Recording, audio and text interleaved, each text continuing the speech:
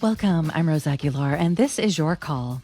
Kamala Harris and Donald Trump will meet tonight for the very first time. The debate starts at 6 p.m. Pacific time. What questions are you hoping the ABC moderators ask? What are you hoping to see in this debate? The election is in just 55 days, and so much is at stake. Will the United States take action on the climate crisis? What about voting rights, gun control, abortion rights? And the big question, whether this country remains a liberal democracy or becomes an authoritarian state. If the polls are correct, the race is very close. So what explains that? Today we're joined by Dan Froomkin, editor of Press Watch and former reporter and editor for HuffPost, The Washington Post, and The Intercept. Hi, Dan. Thanks so much for joining us again. Hi, Rose. Delighted to be here. Dan, you've been doing this for a long time, reporting, following politics, reporting on politicians and all of these issues. If the polls are close, this race is neck and neck, and we don't know if they're close. I've been monitoring. So many young people are registering to vote. So many Black women are registering to vote after Kamala Harris became the nominee. But if this is correct, the race is close. What explains that, Dan? Gosh. Ask me a hard one. I know. I'm sorry. It's a big question, but I think about it night and day. I think that one of the big problems is that incredibly important question hasn't been explored sufficiently by the media. The fact is that somewhere around half the American population, is about to vote for this guy. And you need to ask why. And I'm not talking about what they call the diner interviews where they go in and quote a bunch of people saying, I love Trump, but really trying to understand the makeup of that group of the population. How many of them are racist? How many of them are white nationalists? How many of them are under misapprehensions about what Trump would do? How many have believed these lies about the economy doing terribly and the border being open and immigrants destroying our country? So I don't know. The fact is that they do exist, and I think it should be explored more. And also, I think it's important, Dan, I was just looking at some numbers from the Pew Research Center. Mm-hmm. And in 2020, general election soared to levels not seen, voter turnout soared mm-hmm. to levels not seen in decades. So more than 158 million people voted in that election. That's about 62% of people of voting age. So we still have a lot of people in this country who do not vote. Absolutely. So we're talking about half of the people who actually voted for Trump last time. Right? And I think it's not half the country, it's half of the people who vote. That's a very good point. Yeah. But I do think, no, I'm sorry, go ahead. Why do you think these issues are not explored more? Because I also think, look, if people vote for Republican politicians for any number of reasons. But I think a lot about why Donald Trump, given everything we know about this guy, the unhinged things that he's saying as of late. I mean, he's been saying unhinged things for years, mm-hmm. but a lot of the things lately are just so unhinged. How he talks about women, all of the lawsuits, the convictions, the women who have accused him of rape and sexual assault. He's been convicted of that. So I just wonder why the media don't explore more, go more deep into why people are still voting for him. Exactly. And the other thing is, I don't think that they're conveying the urgency of the situation. I think that journalists should be sounding the alarm that we're facing a really crucial election. Every day, there should be articles or segments leading newspapers and newscasts and websites, reminding people who Trump is, what he's going to do, and yes, looking at why it is that some people support him, despite what a lot of us would consider pretty overwhelming evidence that he's unfit for the job. And then also the larger picture, Dan. We've been doing a series on Project 2025, and a lot of the guests say, when you put out the information that's in Project 2025, a typical response would be, that can't happen here. And I think that is such a good point, because even reading the intro and the billboard to say, this election will determine whether this country remains a liberal democracy or becomes an authoritarian state. Sometimes I have to say, did I just say that? Right? And so, what about the bigger picture and what is really at stake here? Right. Well, I think Trump has actually indicated to some extent that the election will be fought mostly over counting rather than over who votes, and that he will not respect the results of the election, and that future elections may not even need to be held. Uh, but I think basically, though, what you're seeing is a very authoritarian, autocratic regime getting its ducks in a row to take over the government, and uh, we've never had something like that before. And I think that is absolutely something that the media should be focusing on. But you talk to the newsroom leaders and they say, oh, we don't want to take sides. We don't want to be in a war against Trump. Well, can you elaborate on this, Dan, given that you have worked at the Washington Post, The Intercept, HuffPost? Well, Tell us more about that line of thinking and why it still exists after what we saw of 4 years of Trump, and how, everyone across the board says this time is going to be even more intense and worse. Well, you need to understand the background here, which is that journalists, for very good reason, don't want to be partisans.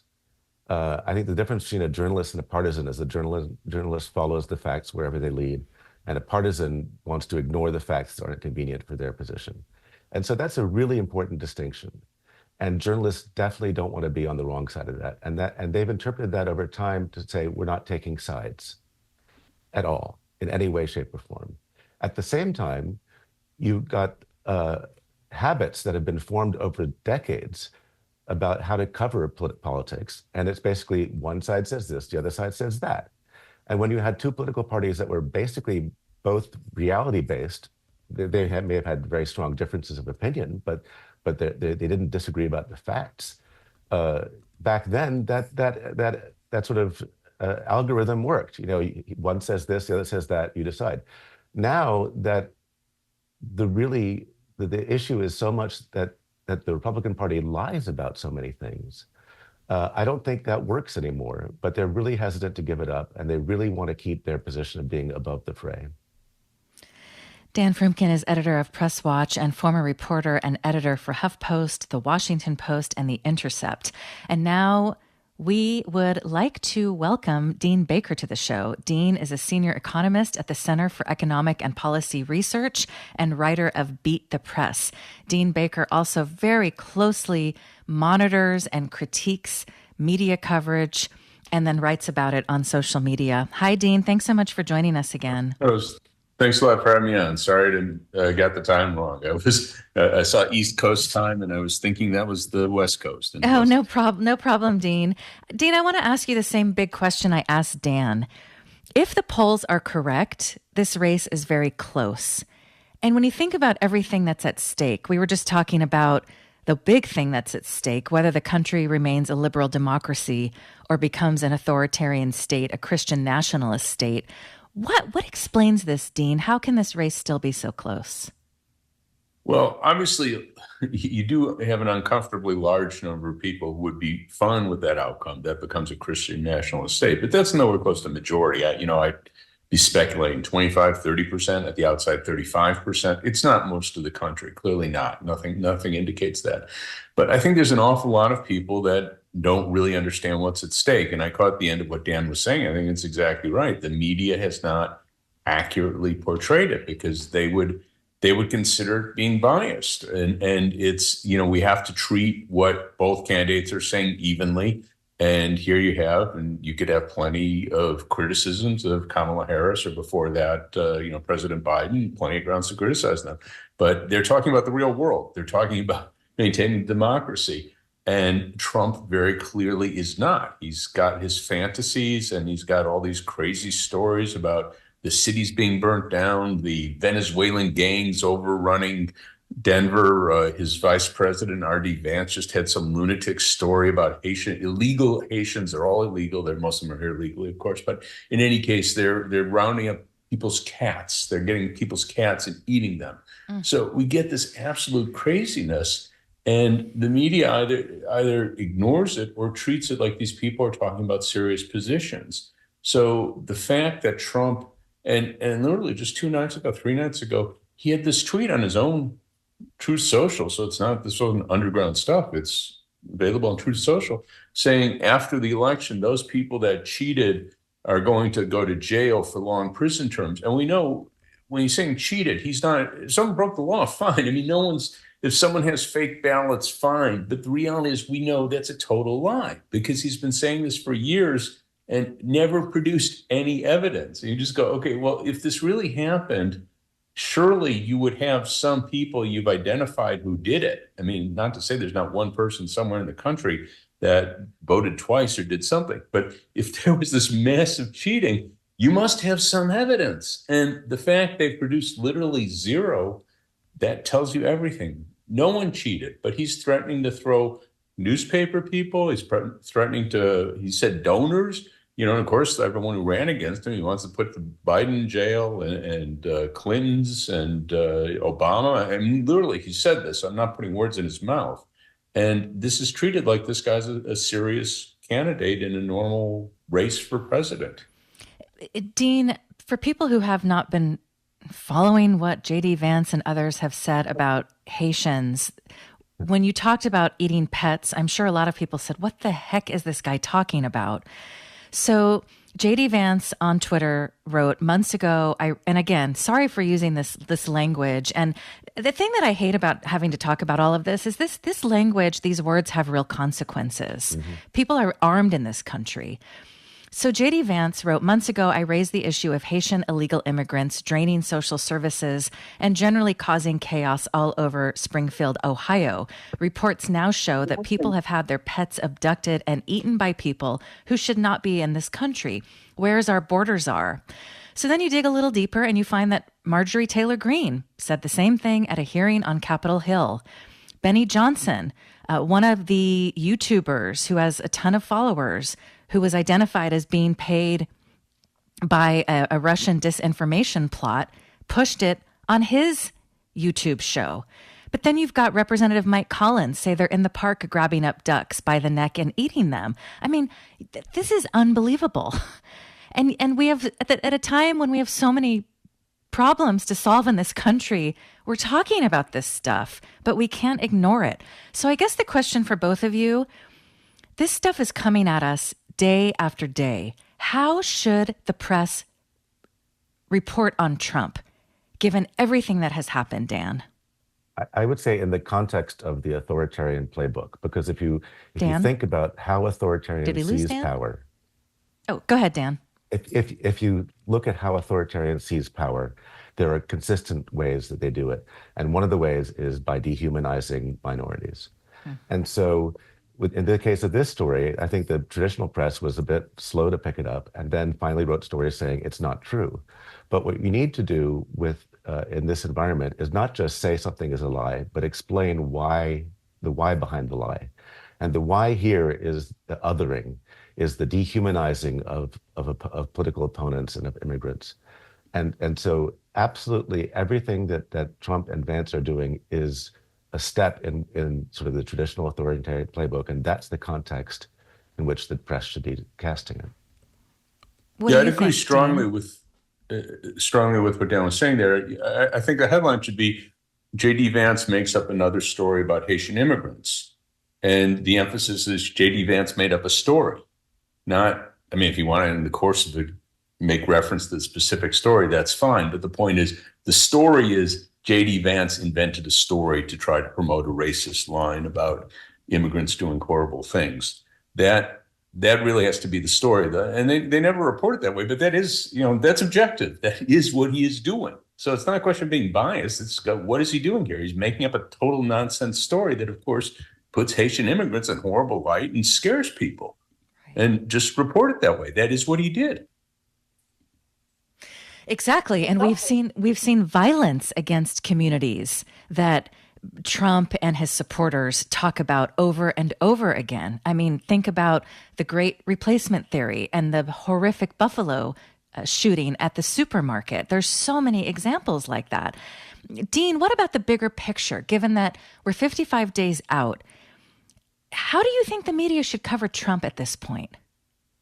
Well, I would say, some of it is try and treat seriously some of the things he's saying. So report on, he's proposing having huge tax increases on imports. And I was just arguing with some people about this. He's proposing tariffs. Well, a lot of people don't know what a tariff is. So Trump says, oh, foreigners are paying tariffs. And you're just going, how are foreigners paying tariffs? The tariffs that Donald Trump wants to impose are taxes that we're going to pay on goods when they show up at our ports. So you're getting a shirt, you're getting a shoe, you're getting a car. Donald Trump's going to tax that by 10%. Now, how on earth he thinks in his head some foreigner is going to pay that? Loony. So just report on what he's saying and report on the impact. How much is that per family? He wants, his immigration, his mass deportation, which, you sort of like to think he's not serious about. But on the other hand, at his convention, they distributed signs for everyone. Mass deportation. They were printed signs. It wasn't a few people showed up and went at home and scribbled it. They were printed up and circulated among the convention delegates. What would that mean if you deported somewhere around 10 million people? We don't have an idea of the exact number, but what does that look like? It's not as though people, well, maybe you'll have them wear stars, and that's a deliberate reference. It's not as though they're easily identified. You have people, you have to go out and round them up. They live in families. You have a lot of people who aren't here legally, who are with families that are here legally. They're not going to give up their brother or their son or whoever it might be and just go, oh yeah, take them away and send them to wherever. This would be a horrible, bloody mess. And then, of course, the economic implications. You're talking about somewhere around a third, maybe more of our agricultural labor force, a huge percentage of our construction workers, hotel workers, restaurant workers, people in working nursing homes. This would be a devastating economic impact, in addition to being, just a human rights calamity. But I've seen very little effort for serious coverage. And again, he says this again and again and again. So it's not that he said this as an offhand comment at one of his rallies. It's a central theme, but I've seen almost no coverage of it. I've seen more coverage of people trying to calculate whether Harris's housing plan is balanced, whether it adds up, than Trump's mass deportation proposal that he's been going on about for years, which is kind of incredible. Can I inject two notes Please. of optimism in the press coverage? Yes. One is that there's finally been a name put to one of the worst things that the media does, and that name is sane washing. It's the laundering of Trump's craziness by the media, so that when he says something, rambles on and makes no sense whatsoever, they try to they sort of give him credit for having made a direct statement, and they paraphrase him as having said something, instead of saying he just engaged in a bunch of nonsensical word salad. And I think, so first of all, we know the enemy now. It's one of the enemies. It's sane washing. And the other good news is that the New York Times did have a story finally today, above the fold in the paper, came out last night online, about how questions about Trump's cognitive decline are being raised. So I'm hoping that what we're seeing is a little bit of recognition by the press that the old rules don't really apply to Trump, and that we have to recognize that our job is not to say what did he say, but was he rational? You're saying the sane washing. I agree with you 100%. I've of course seen that, and it's a great expression. It really captures it perfectly. But it reminds me, I'm going to show my age here, of an old Doonesbury cartoon. Gerald Ford went to China 75, 76, of course, when he was president.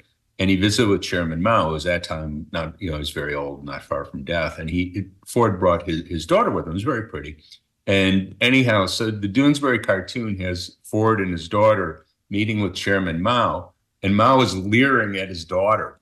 And he's saying things like, I want to sleep with your daughter. And of course, he's saying it in Chinese, and they've got the translator. And the translator goes, the chairman says you have a very charming daughter.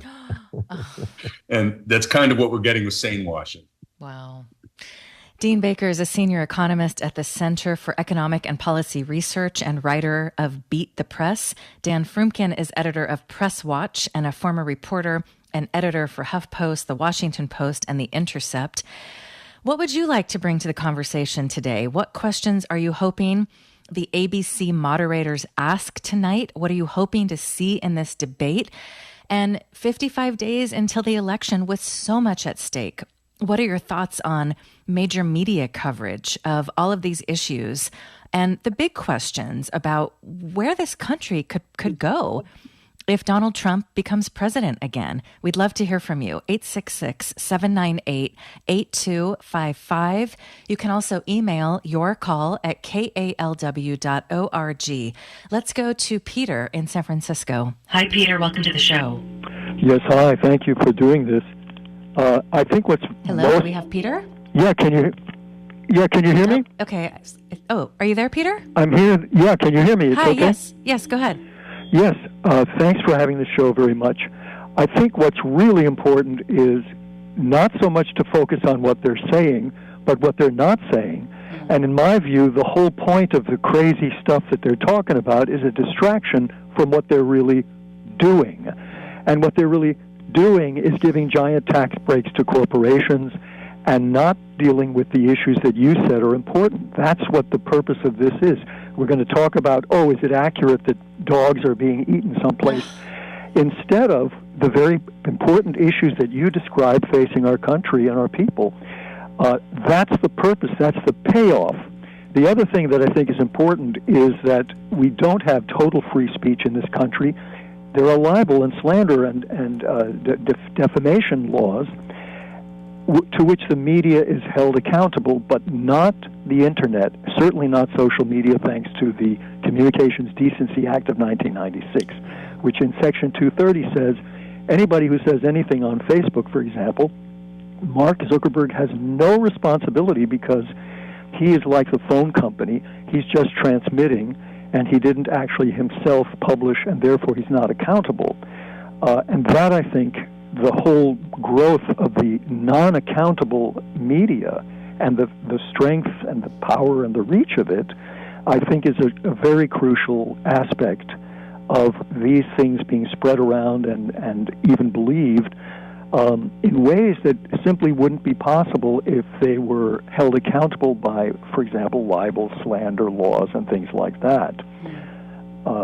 So those are two things I think are important. And in debates, I think there's way too much emphasis on what does somebody say they're going to do or want to do versus what is their record and what have they actually done. That takes a lot more work for the questioner or the analyst or the writer to really analyze what they've actually done. And, for example, Project 2025, I think that's a good example of what they really want to do. Nobody's talking about that when we're talking about, who is killing dogs for dinner. Oh my gosh, yes, you're so right, Peter. Thank you. And we're going to do an entire show about taxes. Dean, you're all over this one. And it's really incredible when you think about what the Trump administration did to the tax system. I mean, George W. Bush couldn't even do this, to bring the corporate tax rate from 35% down to 21%. That was massive. And then I think about this headline from The Guardian pretty regularly when I hear in the media that if Trump just stuck to the issues, he could possibly win because he's winning on the economy. So this headline was in The Guardian, October 2019. Trump's tax cuts helped billionaires pay less than the working class for the first time. So many of us, probably everyone listening right now, is paying more taxes than billionaires. And our caller, Peter, is right. This hardly gets talked about, Dean. Can you talk about how this affected the economy and what it will take to get this more attention? Yeah, well, it would be great if the media would give it more attention. And, one of the Republicans' talking points is that they go on about Biden having jackbooted IRS agents coming to your door and breaking down, tearing up your house or whatever. Well, what Biden actually did, and I think was a fantastic thing, they hired more IRS agents to basically go through people's books. And they're not going through your middle class auto worker or carpenter or nurse or whatever. They're looking at the billionaires who, in addition to having their tax rates cut, taxes became largely voluntary for them because the IRS wasn't reviewing their books. And they started doing that, and they've already raised over $1 billion in unpaid taxes. This is taxes that they owed. So this isn't even arguing what the rate should be. This is just they weren't paying what they were owed.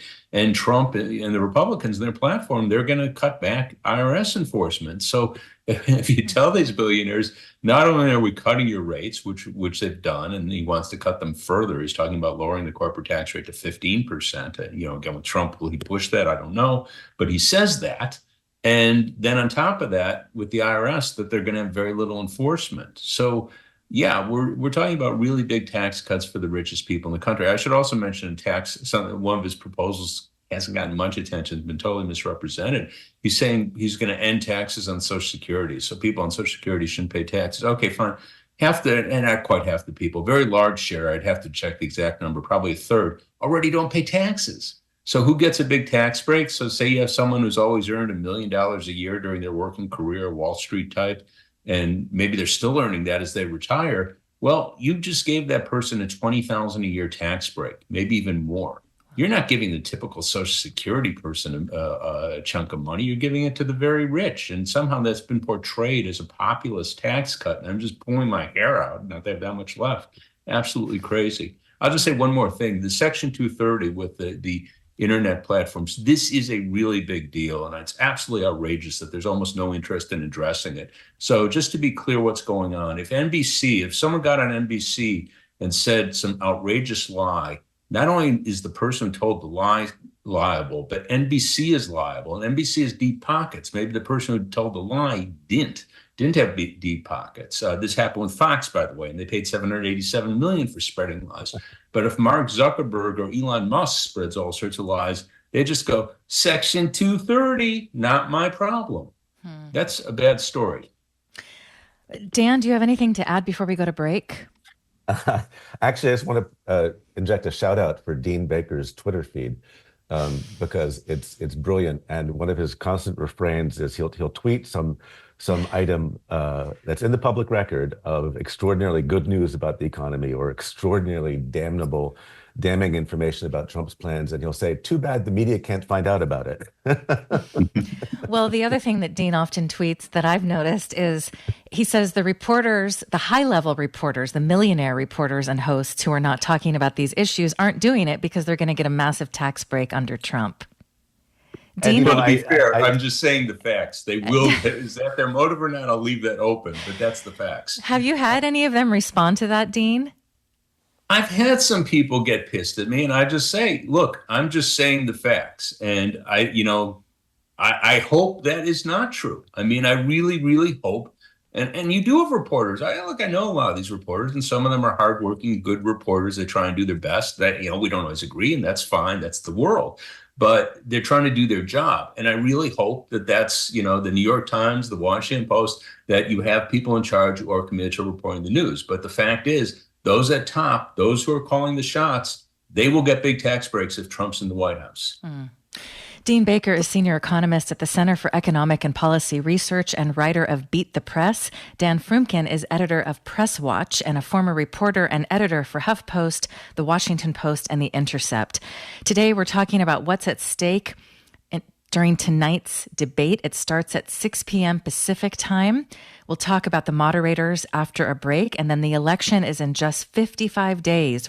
We're also talking about the bigger picture of what is at stake. You can join us at 866-798-8255. You can also email your call at kalw.org.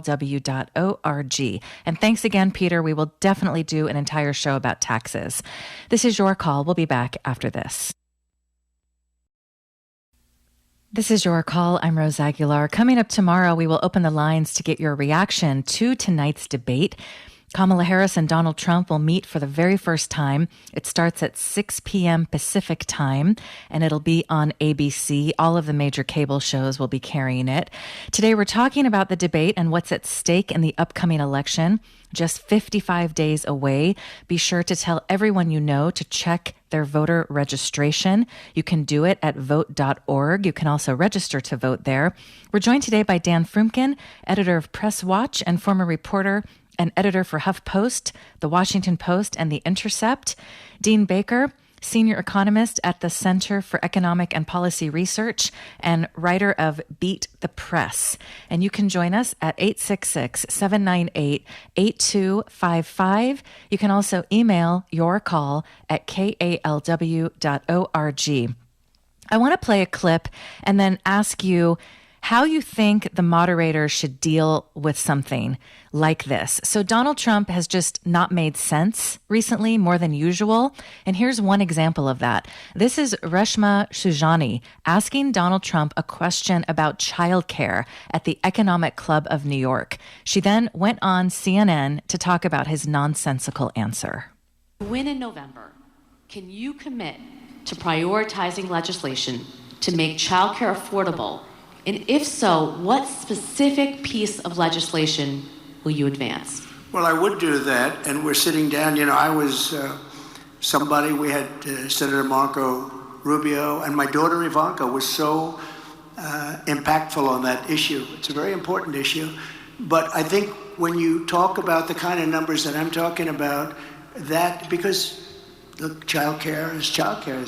There's something, you have to have it. In this country, you have to have it.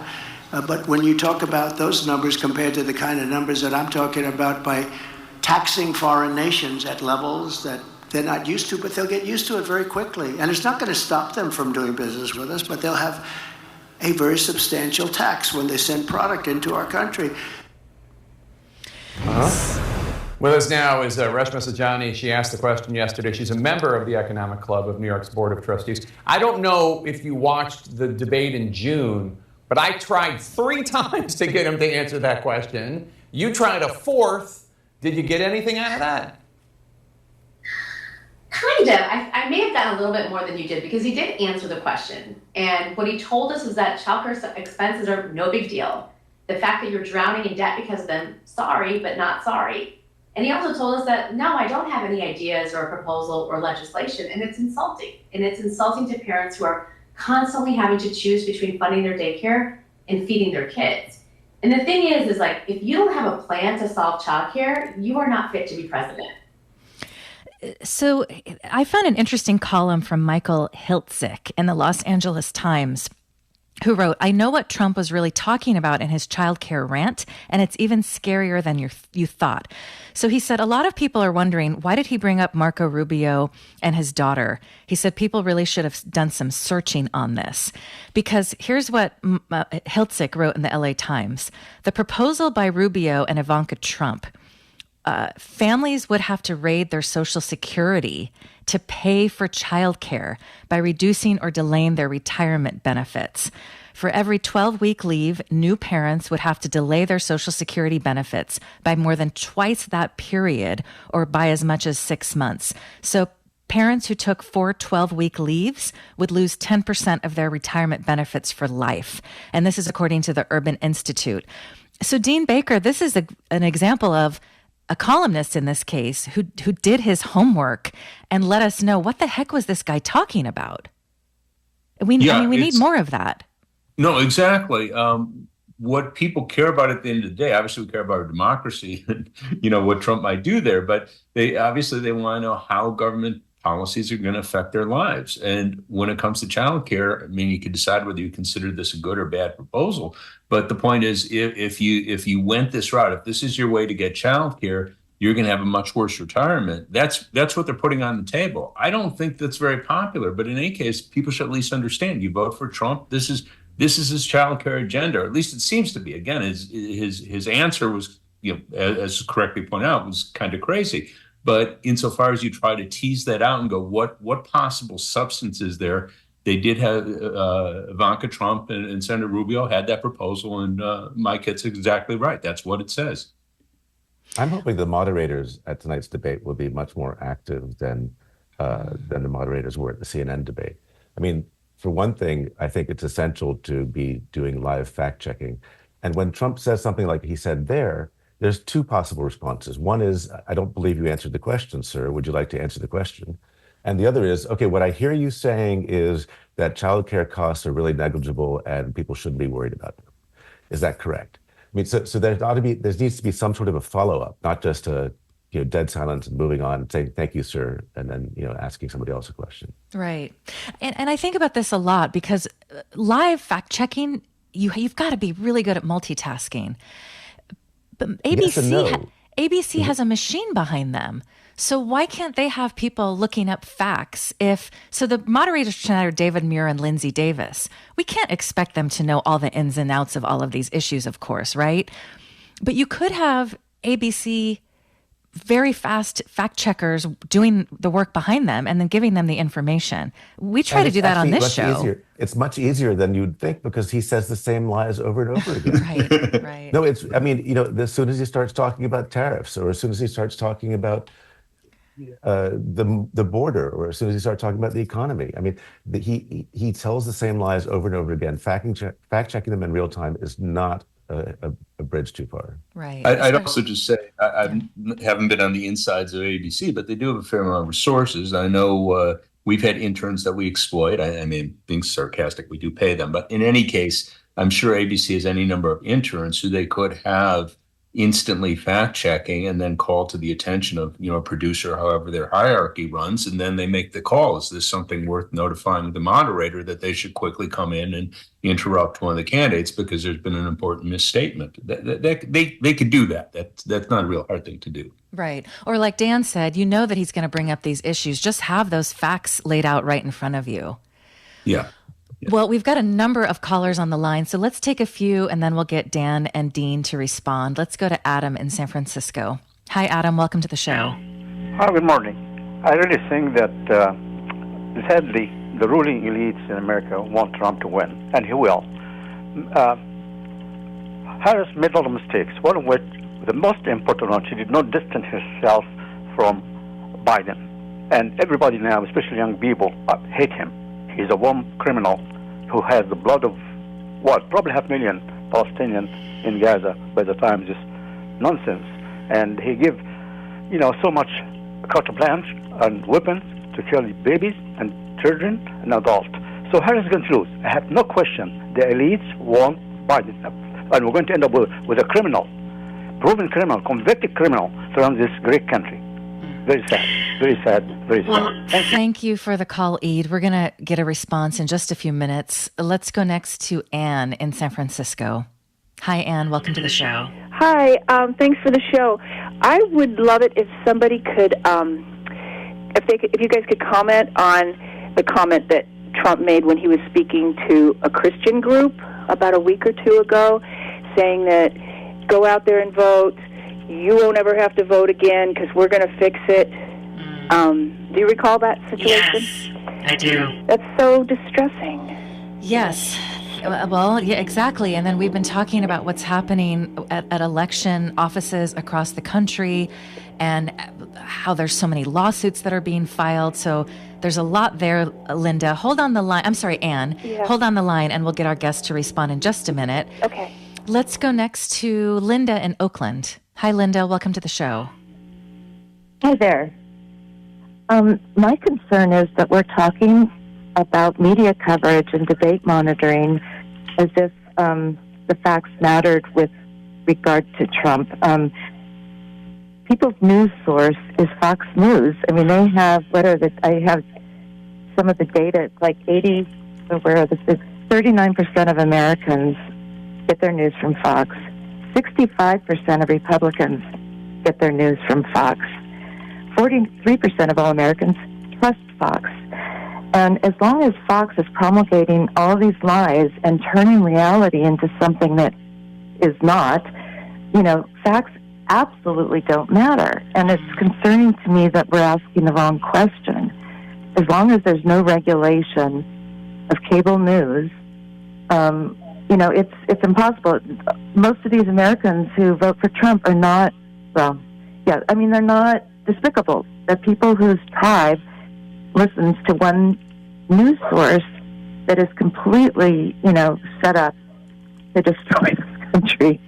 So I listen to Fox a half an hour a week, and I think everyone leaning center left and right, you know what I mean? I think everybody owes it to themselves and to the country to know what Fox News is up to, because a huge percentage of Americans trust it and get their news from it.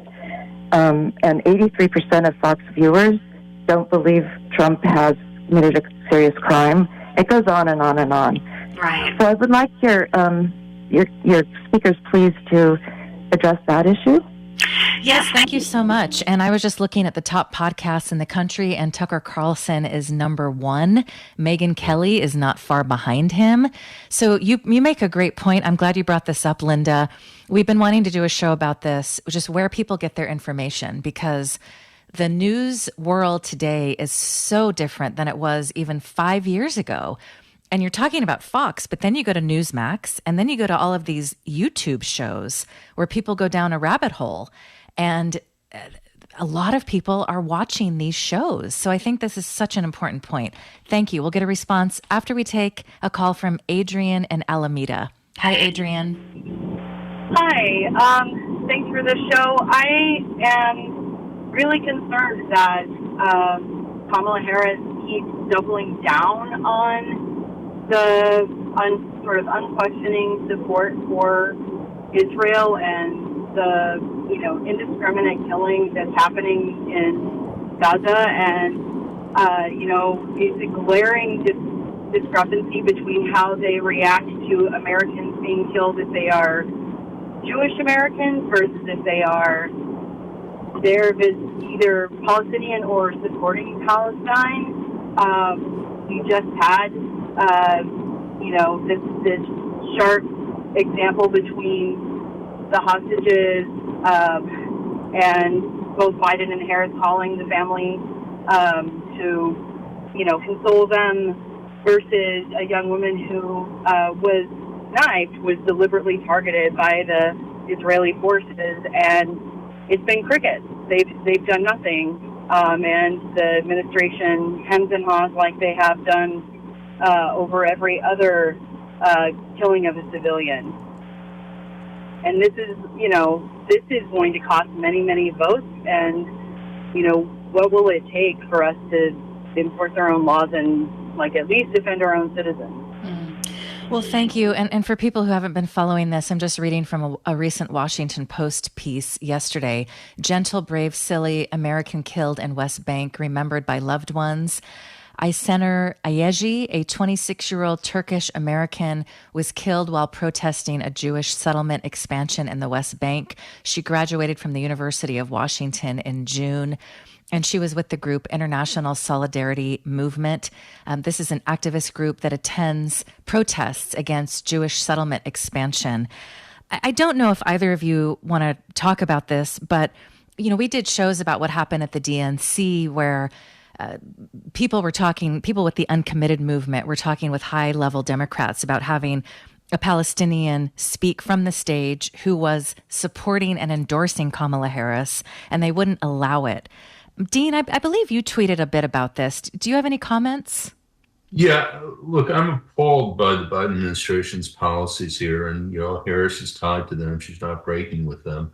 They're unjustifiable. I will just say, the caller, I'm sorry I forgot her name, but we shouldn't put it as a Jewish thing because, that is what the supporters of Israel would like it to be, that it's a Jewish story, and if you're against their policies, you're anti-Semitic. I'm Jewish, by the way, as are many of the people out there protesting Israel's policies. And if we're talking about Americans getting killed, I'm sorry, I can't remember her last name. A young woman, Corey, was her first name. I think it was Rachel 2000. Corey. Rachel Corey, that's right. Thank you very much. She was Jewish. She was killed trying to block. An illegal settlement was bulldozing Palestinian buildings, and the bulldozer just bowled her right over and killed her. So it's not a question of Jews being treated differently. It's supporters of Israel being treated differently. And, it's a horrible story. I mean, the only thing I could say is we know Trump will be 1,000 times worse, both for the Palestinians and also for anyone protesting here. So that's not a good thing to tell people, but that is the reality. And yes, I really wish Harris would make a point, and I really hope if we get a President Harris that she'll adopt a different policy and be more critical of what Israel's doing. Dan, do you have anything to add?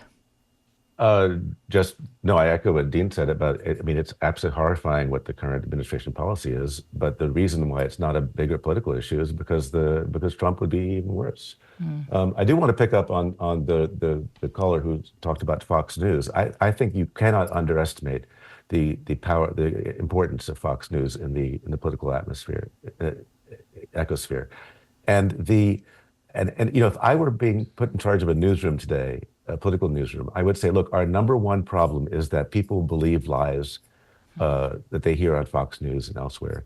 And we should be refuting those lies every day. We should be covering Fox News as a vector for misinformation, as a propaganda organ of the MAGA movement. We should never refer to it as a news site anymore, or news channel.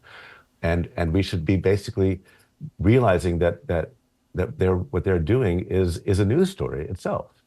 So I really think you can't underestimate the power of Fox.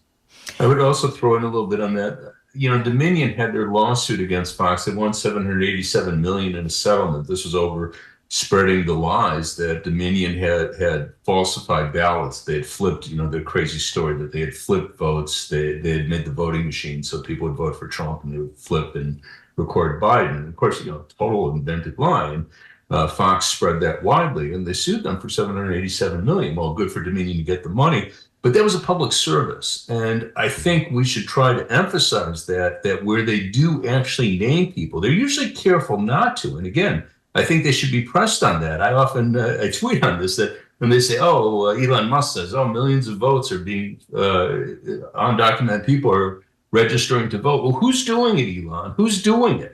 And he won't name names because he knows he's lying, and that's true of a lot of this. But if you just go name names, so if there are millions of people, someone must be doing it. So who is it? And I think that's an effective way to expose the lie. And where they do name names, by all means, people should sue. I'm not a big fan of defamation per se, but it's not illegal to lie in this country. So you're not going to go to jail for lying. The only recourse is when people are actually defamed, that they could sue for it. And we should encourage people to do that. Well, thank you. We're definitely going to do a show about where people get their information today. And in fact, this is one of the questions when I hear a person on the street interview and they say something that is just not true or doesn't make sense. I wish the reporter would say, by the way, where do you get your news? Because we're hearing more and more of this. I hear it almost every day. And it's just such an important story because it is Fox, but it's also other outlets, Dan. I mean, people are going on these YouTube shows. They're going down rabbit holes. We're just living in a completely different information world today. But you're not going to be able to regulate your way out of this, with the possible exception of changing 230. The fact is that even in this current environment, the leading newsrooms still have a lot of influence. And they influence what people read in their local newspapers. They influence what people hear on the broadcast news, evening news shows. So I think we can despair about where people are getting news from, but the fact is they are still getting news from some sources that are not doing the job the way they should. And a lot of people get their news from their local TV affiliate. Right. Right. Good. Yeah. I wanted to play just two more clips quickly because I think this is so important. David, do we have these clips ready? This one is Donald Trump speaking in Wisconsin on Sunday. And he's talking here about immigrants. And this is really ugly. And I really hope the moderators ask about this. Here it is. They are radicals headed up by a radical governor in Colorado that has no clue how to solve this influx of crime into his state. And by the way, Colorado's one state. It's much worse in other states. But in Colorado, they've taken over. I mean, in Colorado, they're so brazen, they're taking over sections of the state. And, getting them out will be a bloody story. Should have never been allowed to come into our country. Nobody checked them. Nobody checked. Were they criminals? Were they from jails? We have them pouring out from jails. We have the worst criminals in all of these countries. 168 so far are registered, 168 countries. They're in our country, and they said, if you come back, you will be executed, you will be killed immediately. Not going to be easy, but we'll do it. So again, this is going to be bloody. If you come back, you'll be executed, you'll be killed immediately. Dan, I mean, are the How is that not a moderators front page story? is my question. exactly? I mean, Will the moderators the- ask about this tonight? I think they may. I think they may ask about this the bloody quote, because it really speaks to the human cost, potential human cost of this atrocious policy proposal, and also to Trump's sort of violent fantasies. So I think it's a really seminal question for them to ask. It's also, again, that he tries to promote this image of Colorado being taken over by crime. Of course, there's crimes down from when he was in office, and I hope they ask him about that. You realize that the Trump crime wave has gone away. But the other point is, there are people who actually believe this. They're worried if they go to Colorado that these immigrants are going to get them. And it turned out the tiny, tiny, tiny grain of truth to his story was that there's an apartment building in, I think it was in Denver, I'm not 100% sure, where you do have Venezuelans there that are living there, and apparently he's a slumlord. So they filed complaints against him for not keeping up the place. Then he tried to evict them. So that's the tiny grain of truth, that you have a slumlord that isn't keeping up their place, and some of the tenants are Venezuelans. So he's turned this into, they've taken over the state. It's an armed takeover of the state. Absolutely crazy. Well, and then again, these words have consequences, and people have a lot of guns in this country. And so that's the other side of this, Dean, that when he says these things, immigrants are walking around in fear for so many reasons, but then Trump just makes it worse. Absolutely. He's encouraging this sort of thing. And, he does, take a slightly different example. The attack on Nancy Pelosi's husband. The guy was nearly killed. And he's still joking about it, which is kind of incredible after the assassination. No one could be happy about the assassination. Trump was nearly killed, but you might have thought that would have sobered him up a bit. But no, he was out there just a couple of days ago making jokes about Nancy Pelosi's husband. They had a wall, but the guy got through. Right. And then soft laughter in that room.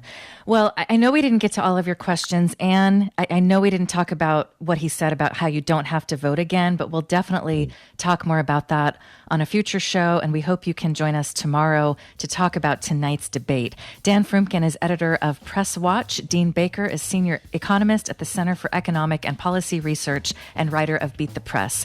Thank you so much for joining us. And thank you for joining us. I'm Rose Aguilar. It's your call.